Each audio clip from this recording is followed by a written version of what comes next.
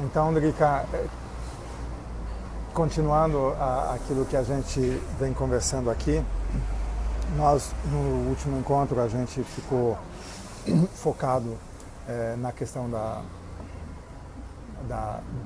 do motor da política, que se foca muito na cultura do ressentimento, né?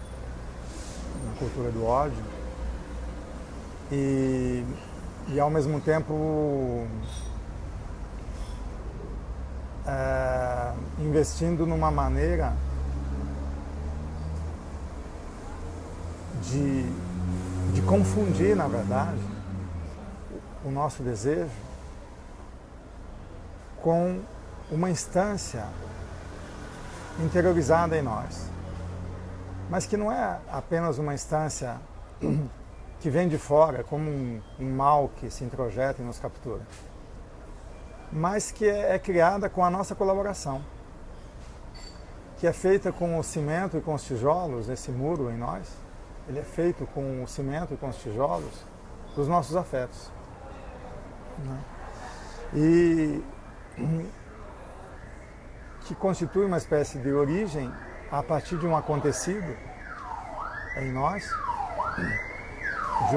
de um atolamento afetivo, né?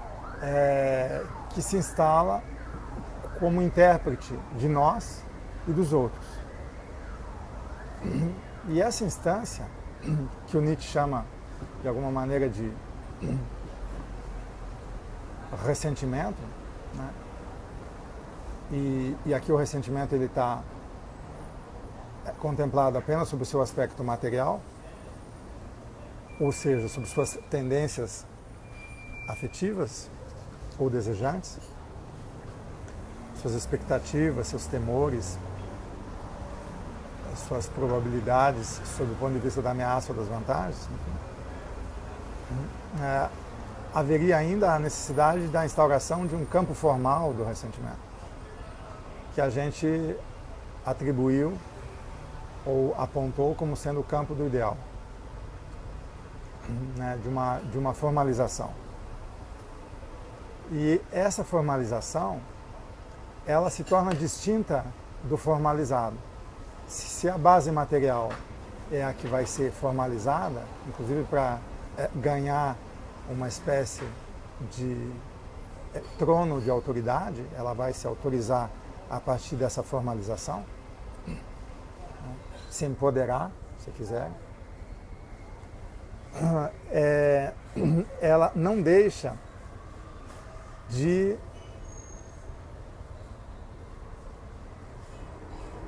se confundir com uma espécie de exterioridade, né? Que é exatamente essa condição formal, sem a qual, né, na sua introjeção, sem essa introjeção, impediria que um preposto se instalasse em nós. A questão do preposto, que a gente chama de eu, ou de sujeito, né, com seus aspectos desejantes, né, enquanto sujeito de interesse,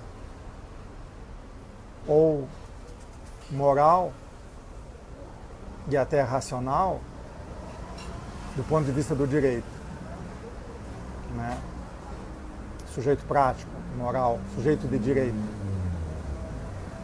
E seu aspecto especulativo, que pode inclusive se aliar com o aspecto legislativo, né? A partir da ciência da norma, né?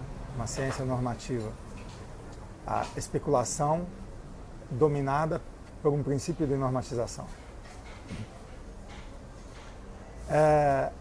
Isso não coincide com a nossa natureza, né? Isso é uma capa, é uma casca que se introjeta em nós. Então acho que esse é o ponto essencial. E é essa capa ou essa casca que a gente usa para se comunicar, né? Então é essa capa ou essa casca que passa informação para o outro, que se informa, né, que extrai informações do corpo próprio, dos outros corpos, do mundo, que interpreta o caos que há em nós, que interpreta o caos que há nos outros e no mundo. É essa casca. Então essa instância interpretativa, não há como ela ser honesta. Ela já é uma fraude, né? A comunicação está inteiramente baseada nisso. E nas formações sociais capitalistas atuais, a comunicação se tornou um elemento dominante. Porque ela implica uma isomorfia entre o comunicante e o comunicado, né? Uma espécie de ubiquidade ou de unicidade de forma que estaria no sujeito e no objeto da comunicação, né? Seria informação significante. Uma subjetividade veraz e uma informação verídica. Haveria uma coincidência aí. E não haveria lugar para variação ou para diferenciação. Haveria lugar para unificação. Numa interioridade universal. É curioso que essa unidade, a convergência para essa unidade, unificação universal, ela coincida com um único sujeito que instaura tanto o sujeito de direito quanto o sujeito de interesse, que é um sujeito universal. Que sujeito universal é esse? É a subjetividade universal do capital. É esse o sujeito, né, que está por trás do sujeito supostamente individual de interesse e o sujeito pessoal de direito. Haveria uma subjetividade universal. E essa subjetividade universal, ela, no fundo, faz com que a gente seja o mesmo aqui, na China, na Índia, no Japão, na África, na América Central, no Alasca, no Canadá, nos Estados Unidos, onde quer que a gente esteja, ou na Lua ou em outro planeta. Se nós nos confundirmos com essa instância interiorizada que se cola ao nosso desejo e que pressupõe o ressentimento e o condicionamento formal do ressentimento. É aí que o diálogo se passa, é aí que a conversação se passa, é aí que a vontade de comunicar, de dialogar, de conversar, de se entender, de ouvir um ao outro se passa. Ora, esse campo de comunicação é o mesmo da mídia, ou menos da mídia estabelecida naquilo que se chama de quarto poder, já que nós temos formatos de Estado que se distribuem em 3 poderes, jurídico, executivo e legislativo, né? Judiciário, executivo e legislativo. Haveria um quarto poder, que seria o midiático, mas esse quarto poder ele tá ligado à comunicação, né? Comunicação do que exatamente?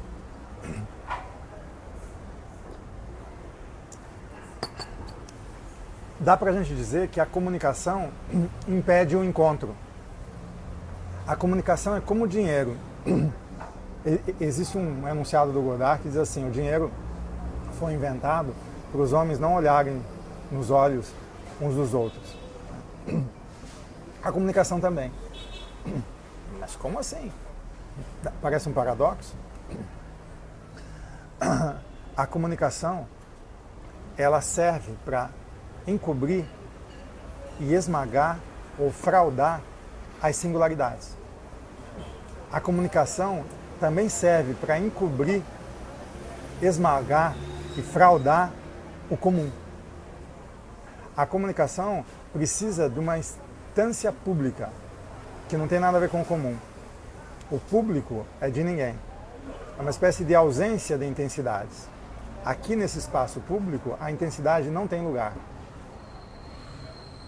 no espaço público da comunicação.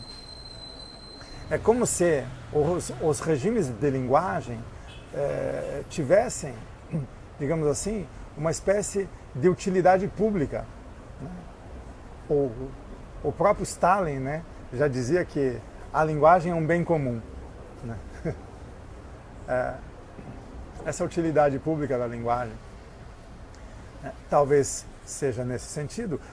Se vocês forem ler a obra do Foucault, o Foucault, esse pensador francês, um filósofo francês muito interessante, que vai fazer análises célebres, que desconstrói não só o campo dos saberes, como o campo dos poderes, né? E investe numa nova dimensão humana, que é a criação de si, a produção de si. Não seria bem uma produção de subjetividade, mas seria a invenção de processo de singularização, ainda que ele se atenha ao termo de subjetividade, bom, não importa. Mas o Foucault dizia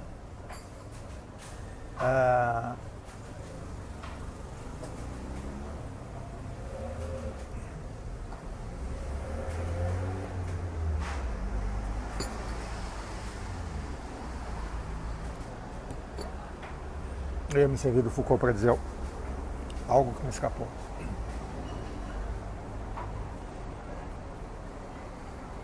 Eu estava falando da comunicação, né? Ah, sim, claro. Foucault dizia que o poder não funciona por repressão. Ou melhor, ele até pode funcionar por repressão, mas secundariamente. Ele não quer reprimir, nem mesmo excluir.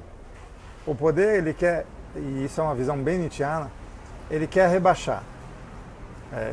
Isso, inclusive, é a definição de niilismo em Nietzsche. O niilismo não é aquilo que nega, o niilismo é aquilo que nadifica, que torna menor, que torna, que deprecia, que rebaixa, exatamente para se oferecer como uma outra instância ideal de elevação, né? De supervalorização ou de requalificação. Ele rebaixa a instância real para se oferecer como uma sobrenatureza salvadora. Assim que funciona o niilismo. A mesma coisa, os poderes, inclusive os poderes nas sociedades ditas capitalistas, nas sociedades disciplinares que o Foucault tão bem descreveu. Ele diz, olha, na época vitoriana, por exemplo, né, imaginava-se que não era proibido falar de sexo, né, porque era uma época muito moralista. E o Foucault descobre o quê? Que nunca se falou tanto de sexo quanto na era vitoriana. Por quê? Os indivíduos precisavam dizer tudo o que eles sentiam, queriam, ou seja, você dá corda para o desejo exatamente para saber o fundo dessa subjetividade, né? O modo como ela se expressa e exercer um controle sobre ela. Se você não sabe o que tem, como é que você vai controlar? Por isso, falar é muito importante. A comunicação, nos nossos dias, segue fazendo o mesmo papel, né? A gente comunica, a gente fala, a gente inventa narrativas, a gente inventa interpretações para esse ou aquele fato, desde a esquerda à direita à esquerda, etc. Né? E as nossas narrativas, o que menos elas fazem é contemplar as intensidades reais que nos constituem a nós e aos outros, né, e atravessam os mundos. O que menos acontece é isso. Por quê? Porque as narrativas elas estão reduzidas aos campos da significação, dos sujeitos, né, e das nomeações como designações no mundo. Então se nomeia de modo extenso, se significa de modo verdadeiro e se subjetiva de modo veraz, né, com autoridade, mas esse filtro, esse código linguístico ou esse regime de linguagem necessariamente gera uma inversão. E porque ele impõe ao mundo, a nós e aos outros uma intencionalidade. E na medida que ele impõe uma intencionalidade, ele, ao mesmo tempo que higieniza essa intencionalidade, porque ela teria uma veia passional, né? E o passional seria fonte de discórdia, ele investe então numa universalidade, uma objetividade da informação.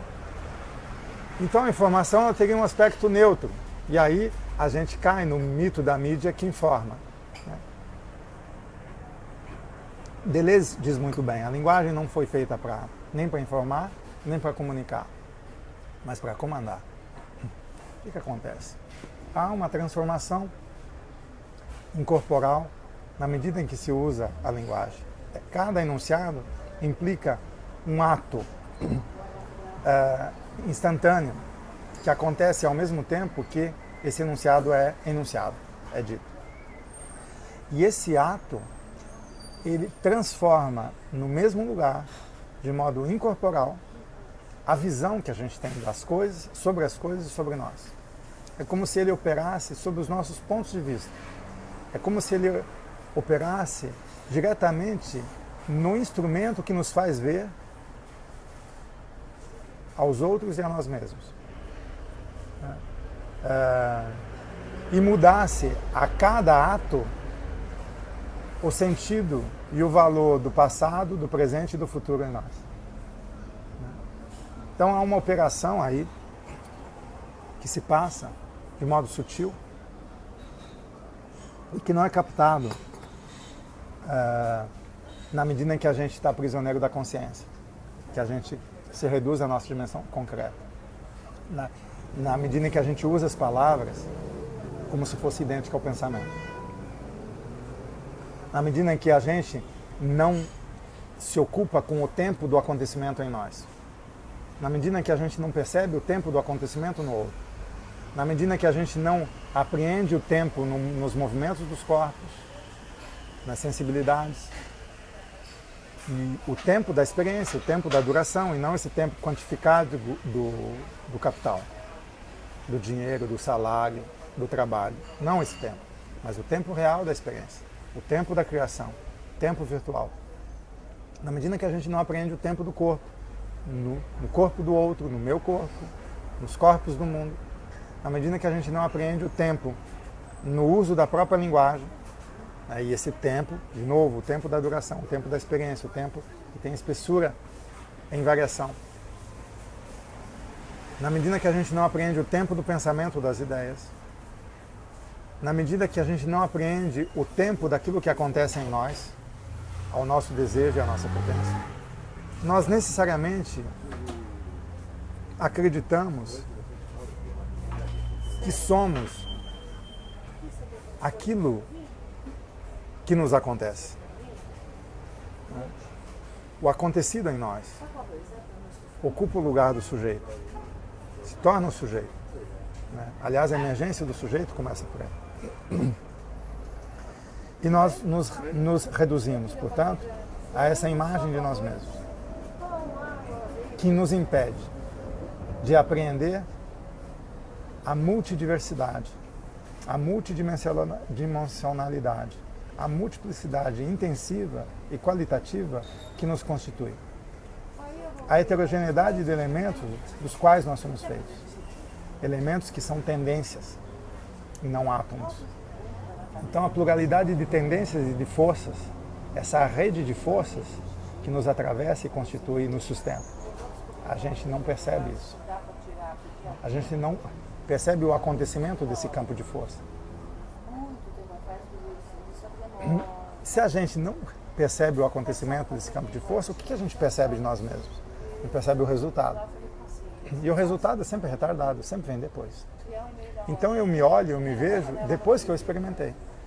Assim como eu vejo o outro depois que ele se manifestou. E quando eu acho que eu estou antecipando segundo os meus estreamentos, as minhas estratificações. Antecipo a mim, antecipo ao outro. Por quê? Porque é provável que o outro faça isso em tal e tal situação. É provável que eu reaja assim ou assado em tal e tal situação. Mas no fundo, o imprevisível a gente não capta. Ou ao menos a dimensão onde as coisas se tornam imprevisíveis, é disso que se trata. A comunicação, então, ela é investida aparentemente de modo ingênuo. Ou seja, para os mais crentes, a comunicação seria uma forma de libertação, seria uma forma de acesso à informação, seria um meio de democratizar as relações sociais, econômicas e de poder. Então, nós teríamos um grande instrumento que seria um bem comum, que na verdade não é um bem comum, é um bem público. O comum aqui é confundido com o público. Mas como eu disse desde o início, e claro, a gente precisaria explicar isso melhor, eu estou só situando, talvez abstratamente demais, e de modo muito esquemático, mas ao menos é importante a gente já sinalizar que é importante pesquisar nessa via, né, que a linguagem, se nós usamos ela dessa maneira, necessariamente nós jogamos fora a riqueza da multiplicidade que nos constitui e constitui aos outros. Necessariamente. E a gente fica com o quê? A gente fica com uma espécie de substrato, que nada mais é do que um efeito de acontecido em nós. Com esse substrato que a gente fica. E é esse substrato que a gente lê em nós como sentimento e lê no outro como imagem. Então a gente começa a veicular nessa linguagem sentimentos e imagens. Mas o próprio sentimento da nossa época, o mais universal de todos os sentimentos da nossa época, quando ele coincide com o sistema social, econômico e político que nós vivemos, que é o capitalismo, ele se torna um sentimento universal. Um sentimento universal destacável entre todos os outros sentimentos. Há um sentimento que se destaca, que difere dos outros sentimentos. E que sentimento seria esse? Aquilo que eu já situei aqui, citando Adam Smith, né, quando ele vai dizer que há uma atividade geral, né, abstrata, que não é esta ou aquela atividade que produz a riqueza, né? Então, a universalidade abstrata da atividade que gera riqueza, né, ela acaba por se destacar em relação a esta ou aquela atividade, ou a esta ou aquela riqueza. E o próprio produto dessa atividade que se concretiza em riqueza, né, que dá para chamar também de trabalho, ou trabalho efetuado, ou energia acumulada das atividades, né, energia trabalhada, modificada e acabada em produtos, né, poderia ser um objeto qualquer, como riqueza, mas na verdade esse objeto qualquer nada mais é do que o trabalho acumulado. É o objeto qualquer de um trabalho qualquer. Então não é esse ou aquele trabalho, não é o trabalho do camponês, do cavaleiro, ou do policial, ou do advogado, ou do médico, ou disso, daquilo, ou do professor, ou do comerciante, ou do industrial, ou do operário. É o trabalho qualquer. É a universalidade do objeto. É incrível como um sistema de comunicação ele pode servir bem para traduzir essa realidade. Essa realidade, sim, bom, mas é uma realidade universalizante, tanto do sujeito quanto do objeto. Assim, há uma universalização do objeto que, no fundo, o que é esse objeto? Que é o trabalho. É o tempo abstrato. Esse objeto é o tempo abstrato. Olha que interessante. É muito curioso. Porque o tempo, ou a quantificação abstrata do tempo, que gera um certo produto, um elemento trabalhado, um trabalho acumulado, né, é inicialmente ou aparentemente o que determina o valor de alguma coisa. Ou seja, o que é a riqueza? que vale? O que é a produção da riqueza? É esse tempo acumulado. Mas, ao mesmo tempo, se no capitalismo o que importa não é este ou aquele trabalho, mas é um trabalho qualquer, ou, em outras palavras, uma energia disponível qualquer, que é disso que se trata, uma disponibilidade indefinida, ou praticamente quase infinita, entre aspas, dessa energia. Uma disponibilidade absoluta, se quiser, dessa energia humana.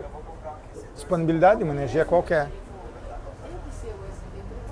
Na medida em que ela é apropriada e existe uma canalização monopolista, um tipo de propriedade que se apropria não deste ou daquele produto de um trabalho concreto, mas do próprio valor desse trabalho, da riqueza do seu ponto de vista abstrato. A apropriação dessa riqueza abstrata se torna sujeito. A própria riqueza vira o sujeito da atividade. Há uma inversão aqui. Então a atividade não é mais aquela energia real que trabalha a matéria, que transmuta, transforma a matéria, transmuta a realidade em outras realidades ou cria algum tipo de riqueza. Não. Agora, a atividade, ela é a atividade implementada por esse próprio acúmulo de energia trabalhada. E aqui que está o sentimento universal. É desse sentimento que eu estava falando antes, quando você quer comunicar universalmente, por que os sujeitos se entendem? Onde é que está o nosso entendimento? Onde há o encontro? É o encontro, então, dessa energia abstrata como atividade, por uma energia abstrata como disponibilidade. E a relação de uma com a outra é uma relação de apropriação. É incrível, porque essa energia abstrata, acumulada e apropriada como riqueza, que vira sujeito, ou que vira riqueza subjetiva, como diz o Marx, o que é o capital, senão essa riqueza subjetiva? É isso que é o capital. Implica, então, uma outra maneira de se apropriar, que não é mais a propriedade da terra, a propriedade de um imóvel, de uma fazenda, de uma indústria, de um comércio, a propriedade do próprio dinheiro que eu posso emprestar a juros. Então não é propriedade monetária, não é propriedade industrial, não é propriedade comercial, não é propriedade de bens, de equipamentos, de meios de produção, não é propriedade fundiária. Que propriedade é essa? É uma propriedade, e aí Marx define muito bem, é uma propriedade de direito abstrato, como título de riqueza. Ora, daí a gente sente, por exemplo, a necessidade dos cartórios. Você, fisicamente, pode não ser dono de nada, mas você tem todos os títulos de direito sobre este ou aquele acúmulo de valor. Então, para que você tenha esses títulos de direito, para que haja uma relação, algo que relacione diretamente e atribua essa riqueza acumulada a você como sujeito, e aí sim, essa subjetividade como riqueza, é preciso um sistema de registro. E é esse sistema de registro que, inclusive, é a condição de todo o sistema legal ou de direitos. O campo dos direitos e dos deveres está totalmente atrelado a isso. Não que seja um mero efeito. É um efeito, como diz Spinoza, todo efeito necessariamente também é efetuador. Então esse campo do direito, esse campo da formalização, e se vocês quiserem, o campo da comunicação, da linguagem, ele também é um campo efetuador. Então, não é que a linguagem está comunicando informação, meu caro, mas a hora que ela está comunicando informação, alguma coisa está se passando, alguma transformação corporal está acontecendo, alguma mudança real está acontecendo. Não é uma mera comunicação de informação. Há um comando aí. há uma mudança de comando, há uma política que se exerce no próprio uso da linguagem, que não tem nada a ver com ideologia. Por exemplo, muitos marxistas ortodoxos acreditavam que isso era o campo da superestrutura ou da ideologia. Ora, isso também é o campo da produção. Isso é o campo do acontecimento real, isso é o campo de uma máquina concreta, não é meramente ideológico.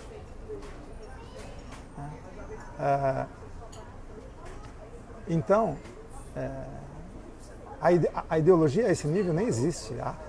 A rigor é uma coisa banal, é um falso problema. Porque o que importa é que dependendo do modo de formalização, né, a coisa se realiza, a coisa aqui no caso, essa riqueza subjetiva abstrata, se realiza de modo tal que ela investe como? Qual é o objetivo dela? Né? Qual é o objetivo absoluto do capital? É produzir. Ora, se o capital se tornou o próprio sujeito, né, ou a riqueza tornada subjetiva, né, esse sujeito, né, na medida em que ele é investido, ele é todo um investimento de desejo, ele vai investir em que exatamente? Ele vai investir naquilo que o deixa mais rico. Né? Aquilo que faz o capital ser mais capital. E o que faz o capital ser mais capital? Né? Quando o próprio capital, ele investe diretamente na energia que produz. E essa energia, ela pode ser tanto a energia humana, quanto a energia acumulada em forma de equipamentos ou de meios de produção. O capital vai investir totalmente na produção. Ele não vai simplesmente extrair renda da terra. Ele não vai simplesmente fazer a compra dos produtos onde ele é mais barato, lá na zona onde ele é produzido, e vender mais caro lá onde não há o alcance, né, onde ninguém sabe onde está a fonte, ele pode vender mais caro. Não é um mero comércio, não é uma mera troca, não é uma mera transposição. O capital, enquanto riqueza, investe na própria produção. Ele produz a produção. Então, esse elemento é essencial. Então, essa subjetividade universal, ela tem esse caráter de produzir a própria produção. Mas essa subjetividade universal não produz a própria produção sem antes acumular e capitalizar. Fazer com que o tempo acumulado de riqueza seja apropriável, monopolizável. E como se faz isso? Através da criação de um sistema de registro muito diferente dos velhos regimes, né? Diferente dos códigos e linhagens e territorialidades ditas tribais, diferente do sobrecódigo e da desterritorialização dos estados arcaicos, diferente das relações de dependência interpessoal dos estados ditos evoluídos, onde se realizava a conjugação, ou a conjunção, melhor dizendo, de fluxos, segundo Deleuze e Guattari, a conjunção de fluxos desterritorializados, de propriedade pública, desterritorializado e reterritorializado em propriedade privada, de moeda impositiva pública, desterritorializada em moeda comercial, de trabalho público desterritorializado em trabalho privado ou escravidão antiga, de proprietário ou senhor desterritorializado como escravo liberto. Então essas relações de interdependência pessoal, onde você tem sujeitos determinados se relacionando com outros sujeitos determinados ou com outros objetos qualificados, você não tem mais aqui. Você precisa de um outro tipo de registro. Não é mais a sobrecapa do código e nem a sobrecapa das relações interpessoais. Mas agora é uma capa que emerge no meio das relações de modo direto. Relação do que com o que? Dessa riqueza tornada subjetiva com a energia disponível humana. É uma relação direta. E é essa relação direta que inventa uma nova forma, que não é mais uma forma transcendente, mas é uma forma imanente. E essa forma imanente tem tudo a ver com o uso da comunicação. é uma forma, na verdade, axiomática. Na verdade, não é nenhuma forma, é uma função. É uma função, é uma relação entre uma riqueza abstrata e uma energia qualquer. E não entre esta ou aquela riqueza de tal ou tal fulano, que tem tal ou tal propriedade, mas uma riqueza universal abstrata, um título de riqueza, não é nem concreta, é um direito. Por isso que Proudhon é muito ingênuo a dizer que a propriedade é um roubo, né? Porque é o direito investido no próprio acúmulo da riqueza. Há um direito de expropriação, de exploração, né? Mas ao mesmo tempo existe o quê aí? Existe o investimento desse acúmulo de riqueza abstrata que se torna conversível em qualquer coisa. Mas isso se torna de fato uma esfera autônoma e dominante quando o investimento direto sobre a energia humana é articulado com a apropriação dos meios de produção, os equipamentos, as matérias-primas, etc., além da energia humana, né, como capital variável. Tanto o capital constante quanto o capital variável. O capital constante e o capital variável são dois modos de concretização desse capital abstrato.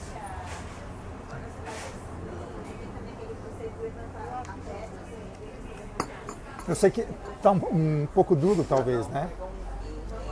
Porque eu estou entrando em distinções, mas que, ao meu ver, são extremamente importantes. Senão a gente fica sempre no campo da consciência, querendo se apropriar de instrumentos de libertação e não percebe que o buraco é mais embaixo, né? E fica lutando com falsos inimigos, seja nos outros, seja em nós mesmos. E a gente viu muito bem que a questão da política do ódio, né, ela sabe dividir muito bem a vida. Ela joga as vidas contra as vidas. Principalmente ela joga as vidas reativas contra as vidas ativas. Mas, na falta de vidas ativas, que quase não existe, porque a vida ativa é rara ela se manter, você vê sempre disputas entre vidas reativas. E as guerras se tornam cada vez mais acirradas. Como diz Nietzsche, as guerras piores estão por vir ainda, porque não são as guerras religiosas ou aquelas que disputam ideais, ou mesmo ideológicas. As guerras piores são as guerras morais. São aquelas que vão querer impor não um modelo a realizar, mas vão se oferecer como modelo de realização de uma única axiomática universal, que é essa riqueza tornada subjetiva. E aí que você vai começar a encontrar o espaço de comparação homogêneo desse fundo quantitativo também homogêneo de riqueza acumulada. Qual capitalista é mais forte ou capaz de se apropriar em relação a tal outro capitalista ou tal Estado-nação? Enfim, mas aqui já é outra questão. Vamos retornar para o nosso ponto. Acho que é legal falar desse ponto da comparação, né? Que a gente estava falando. A comparação. Então, aqui existe um princípio de comparação, aliás, uma condição de comparação, em virtude de um princípio de apropriação.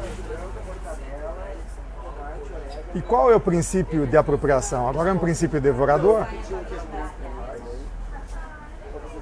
O princípio devorador aqui é a riqueza, não é nem a riqueza líquida, não é nem o capital líquido, é o capital abstrato, porque a liquidez ainda é uma concretude. E o capital abstrato ele só existe a partir de uma superfície de registro, que é, se você quiser chamar de metafísica, porque ela está além da física, mas ao mesmo tempo é uma metafísica imanente, ela está dentro da realidade. Ela é uma espécie de condição da relação, é um relacional da relação. E se o relacional da relação não é nem sequer uma forma, mas é uma função, como uma relação axiomática e não uma lógica formal, que relacionam um elemento qualquer a outro elemento qualquer, ou uma riqueza universal com uma energia qualquer, também universal, ou quantificável abstratamente, como seria o caso da quantificação do trabalho, da atividade. O espaço de comparação é esse. Ou seja, todo o tempo ele é homogeneizado. Ou melhor, o tempo é espacializado. O próprio Bergson diz assim, aliás, a obra do Bergson inicia com um título chamado Dados Imediatos da Consciência. E ali o Bergson vai fazer uma distinção entre o tempo real e o tempo homogêneo, assim como da matéria heterogênea real e uma espacialidade homogênea. E ele vai dizer que a matéria ela é homogeneizada na medida em que há uma cobertura para um espaço homogêneo e o próprio espaço espacializa o tempo. O tempo é espacializado. Então, isso nada mais é do que sintoma da nossa época, o tempo espacializado. O tempo espacializado é o nosso meio de comparação. Né? E, segundo esse meio de comparação, eu vou ter uma virtude apropriadora. Né? Então, o que é o capitalista? O capitalista é aquele que se apropria dos meios de comparação. Se você quiser, até dos meios de comunicação. Né? Dos meios de registro. Dos cartórios. Né? Ele, não é exatamente que ele é dono de um cartório. Ele vislumbra a condição do próprio cartório. O que é um cartório moderno? Né? Que registra títulos. Mas esse tipo de inscrição obviamente que ultrapassa os cartórios. É muito mais sutil. Mas só para dar um exemplo, as pessoas entenderem um pouquinho melhor. Qual é a qualidade do registro e a validade, qual é? O que vale o registro de um imóvel, por exemplo, de um bem ou de uma riqueza registrada em cartório? Obviamente que esse registro é o registro de uma riqueza abstrata. A gente não brigou. Eu briguei com um monte de gente. Depois que a gente postou as fotos... Então, eu dizia, esse sujeito universal, o princípio apropriador dele, né, junto com o meio de comparação, faz com que ele produza não só a produção, como produza a condição da distribuição. Sem a distribuição da condição da distribuição, sem essa produção da distribuição, ele não se apropria. É por isso que o capital pode derrubar tranquilamente o Estado Democrático de Direito. O Estado Democrático de Direito sempre teve a seu serviço, e não a serviço das minorias. As minorias elas podem até tentar se apoderar, se servir do Estado Democrático de Direito. Mas quando elas reivindicam a lei e o direito para se defender e para implementar as políticas públicas, para não recuar em relação aos avanços e às conquistas sociais, é bizarro, é muito frágil. É muito frágil isso. Porque você está se servindo dos meios do inimigo para defender a vida, que estaria num campo de um tempo heterogêneo, real, da experiência real do tempo, tanto do tempo do movimento do corpo, quanto do tempo do movimento dos afetos, quanto do tempo do movimento do pensamento. Você se deixa traduzir por um código abstrato,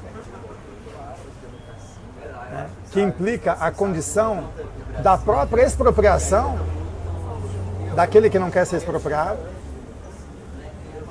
do próprio torná-lo nu de axiomas sociais e de direitos, se desprovém de direito, né? E da própria acumulação da riqueza do capitalista e da reprodução da própria riqueza do capitalista. Então, é uma forma que não é forma, na verdade é uma função, é um functivo, né, um axioma.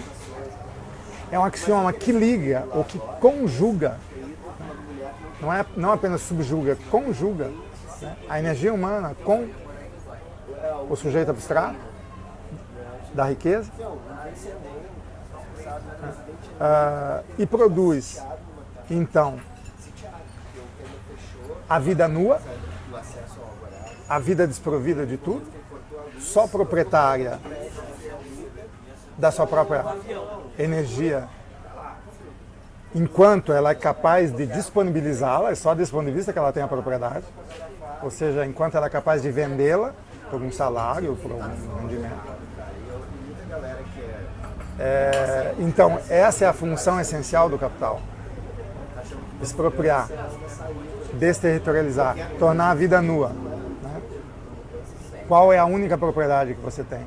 É a tua energia, a tua atividade. E a contraparte que se dá ao mesmo tempo é a acumulação e a reprodução da riqueza. Então, isso é anterior ao sujeito de interesse, vendido pelos liberais e neoliberais mais moderninhos e avançados, que se dizem bambambam, que estão na última ponta da produção da subjetividade. É curioso, é engraçado como parece que se descobre a roda quando se acredita que o sujeito se tornou universal e que todos somos empreendedores, inclusive na outra ponta da vida nua, como pura energia disponível e disponibilizada. Esse sujeito universal ele coincide com o mínimo e com o máximo de acumulação, com o máximo de desapropriação e com o máximo de acumulação ou de apropriação. Quer dizer, a base do sujeito é o mesmo. De fato, o sujeito se tornou universal. Ora, então é isso que a gente quer comunicar? Nós somos os mesmos? É essa a nossa universalidade? Em última instância, somos todos empreendedores, livres empreendedores. E aí fica difícil querer conversar e dialogar e criar condições civilizadas do diálogo, né?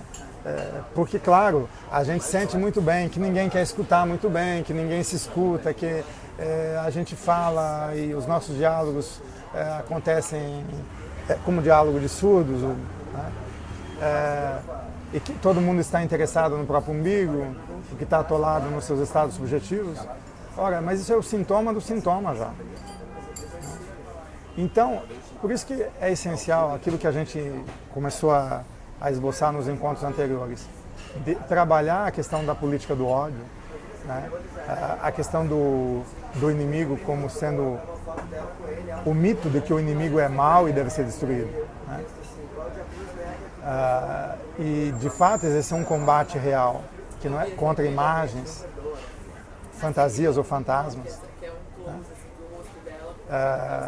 Mas um combate que se realiza até muito mais entre as nossas próprias forças, uma vez que necessariamente a gente é cúmplice daquilo que a gente combate, do que contra um inimigo imaginário exterior ou mesmo um inimigo imaginário interior. E é nesse sentido que você liberta as forças mais interessantes da vida. E que você é capaz de reencontrar uma doçura, uma flexibilidade, uma afetividade ativa, que é a condição do encontro real, né? Porque o encontro real, ele não implica a comunicação de uma ideia, de uma forma. Ele não é unificador. O encontro real, ele é diferenciador. O encontro real, ele não faz com que eu me torne igual a você ou você se torne igual a mim. Que a gente habite o mesmo universo ideal de comunicação.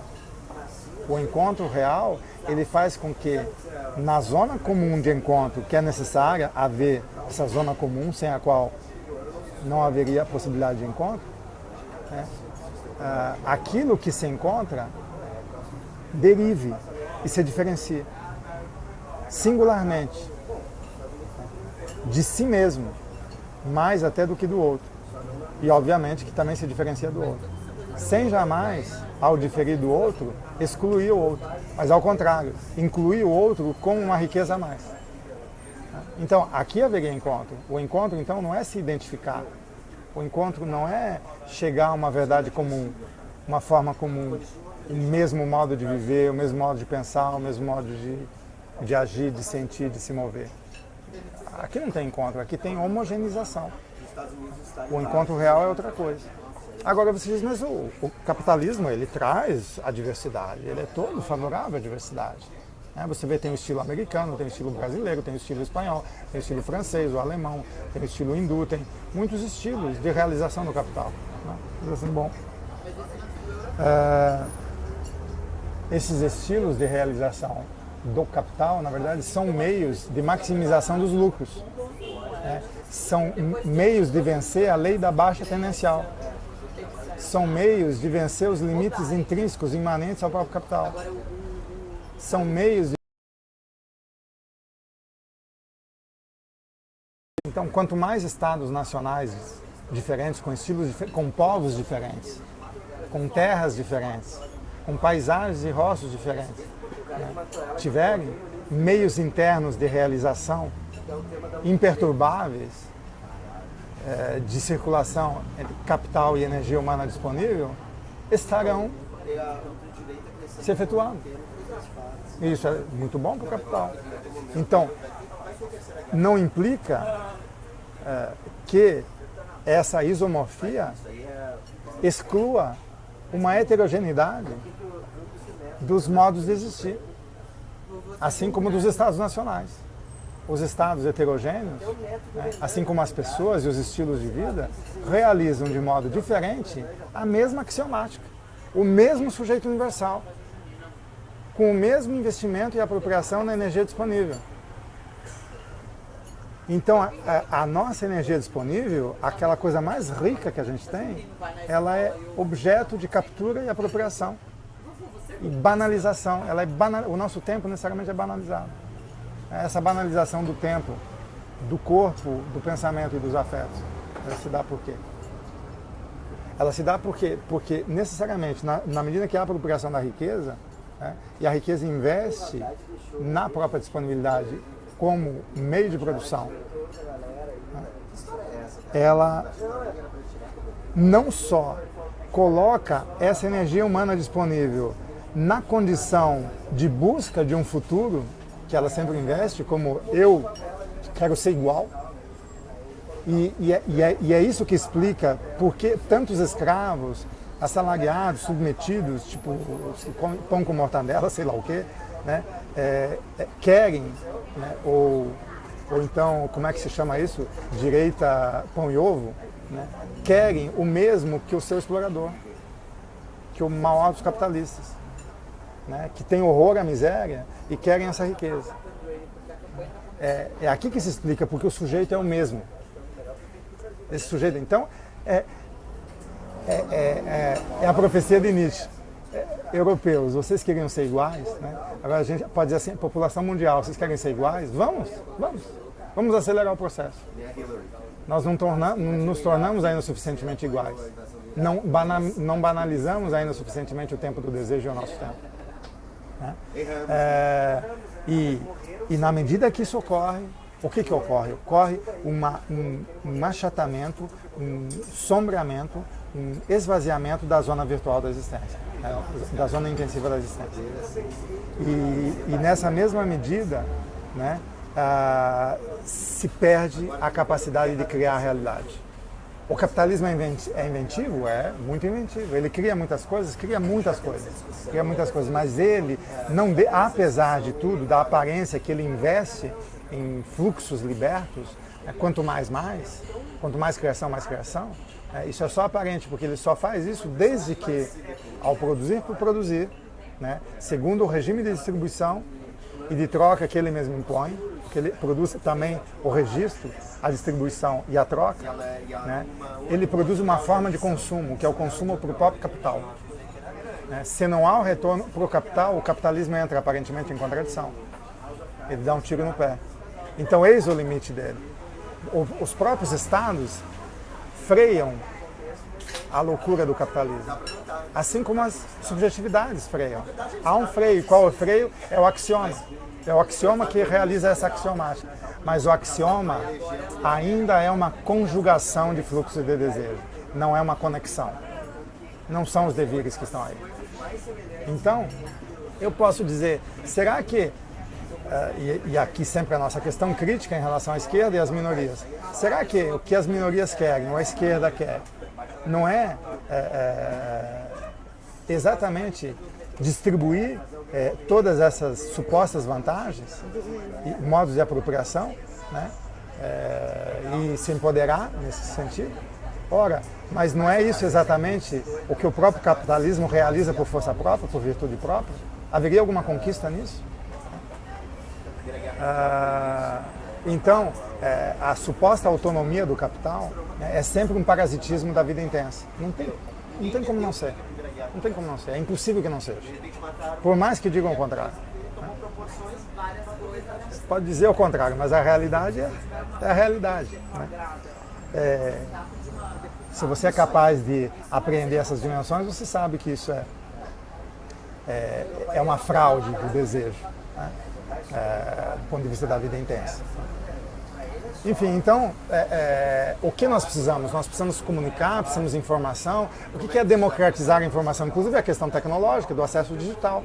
Acessar a informação, né? Mas a maneira, mais do que um mero como formal, como a gente dizia antes, não é um como formal, mas é um como a maneira de, né? É um meio de acontecer, um modo de existir, um modo de viver, cuja presença intensiva em nós apreende essa zona intensiva e a zona intensiva também dos outros e do mundo.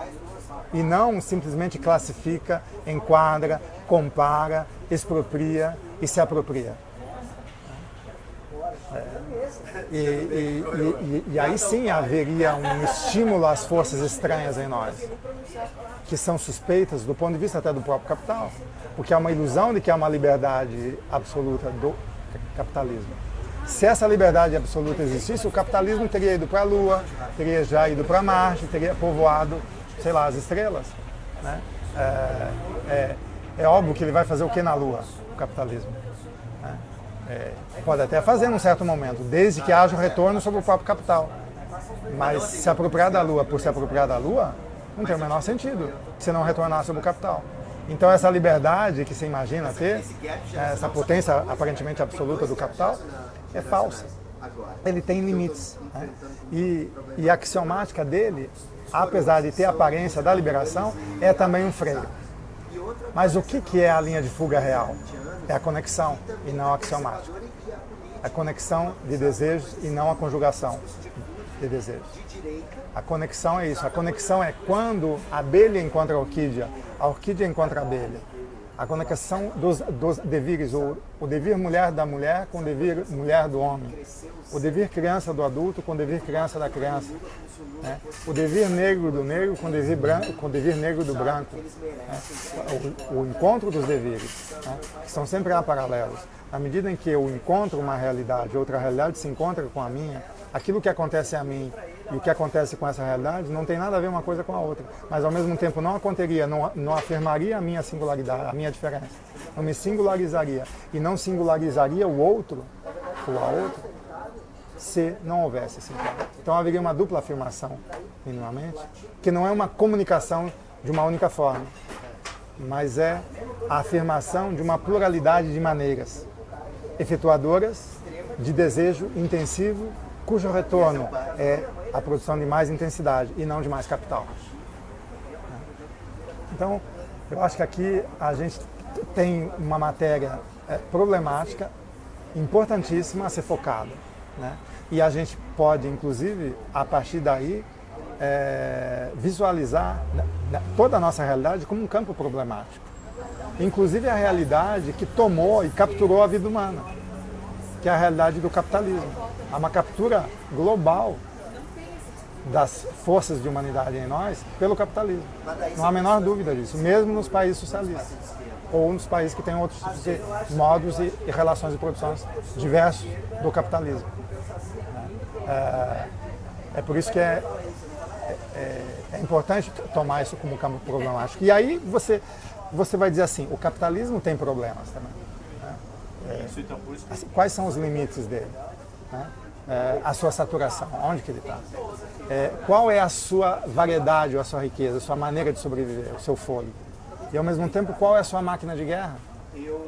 Que ultrapassa, inclusive, a sua própria axiomática, porque ele tem que ter uma potência que se continua, ou um poder, se você quiser, que se continua. E esse poder vai além da sua função axiomatizante. Ora, mas esse poder que vai além da sua função axiomatizante já está desde o início. Que início é esse? É o rebaixamento da vida. É a banalização dos tempos. Isso está desde o início. E isso dá para a gente chamar de máquina de guerra do capitalismo. E que não é uma guerra qualquer. É uma guerra total. Mas a diferença de ser uma guerra total contra todo, uma nação, ou um povo, uma certa zona do planeta, um certo meio, uma certa matéria, é uma guerra total em relação a todo modo de vida intenso. Por isso que a política do ódio é uma instituição do capitalismo. Ela é necessária, ela é um negócio, ela é um dos maiores negócios. Assim como a mercadoria mais valiosa do capitalismo é a subjetividade. O capital humano é tornado, esse ser carente e desejante de crédito ou de disponibilidade de futuro, e potência de contração de crédito. Nós nos tornamos uma cifra. Eu acho que aqui está o que deve ser problematizado. Bom, e em função disso, na medida em que há as questões, por exemplo, o capitalismo se realiza mais como Estado totalitário, como Estado mínimo de axiomas liberais, neoliberais, e o mínimo de regulação para a vida, ou melhor, o mínimo de regras como função da vida e o máximo de regras como função do capital, isso que é o Estado mínimo, por isso que ele é mais totalitário, e ele fica variando entre esse polo e o Estado social-democrata, que daria mais axiomas, daria mais regulações, as minorias incluiria mais, contemplaria mais, agregaria mais elementos e direitos a essas minorias, enquanto ele varia entre esses polos, ele se capitaliza, ele realiza uma espécie de lei de maximização de lucros. Mas a lei da baixa tendencial está sempre lá. Uma vez que ele está investido nesse ou naquele objeto, uma hora o lucro baixa de um jeito tal que ele encontra os seus limites e ele tem que destruir o objeto do seu investimento. E aí, novamente, ele faz o quê? Ele reinventa, essa é a sua inventividade, ele recria. Assim como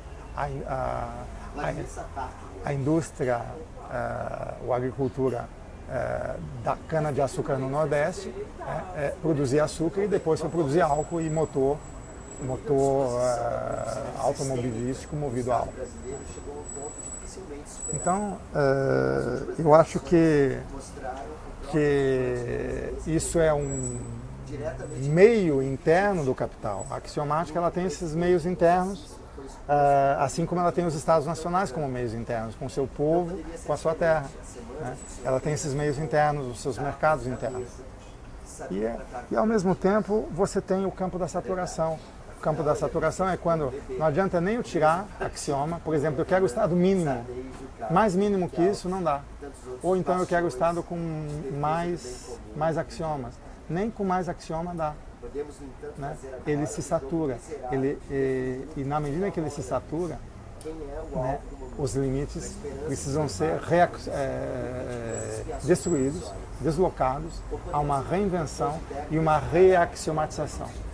Quando não pode ter reaxiomatização? Aí que entra o potencial revolucionário. O que não é axiomatizável e conjugalizável pode ser conectável. E a conexão é direta entre potências que não estão mais submetidas a um functivo axiomático. a uma função axiomática ou a uma comunicação. Então, muitas vezes é mais importante a gente interromper a comunicação do que querer se comunicar. Interromper a conversa e o diálogo do que querer chegar a um acordo. Por que chegar a um acordo?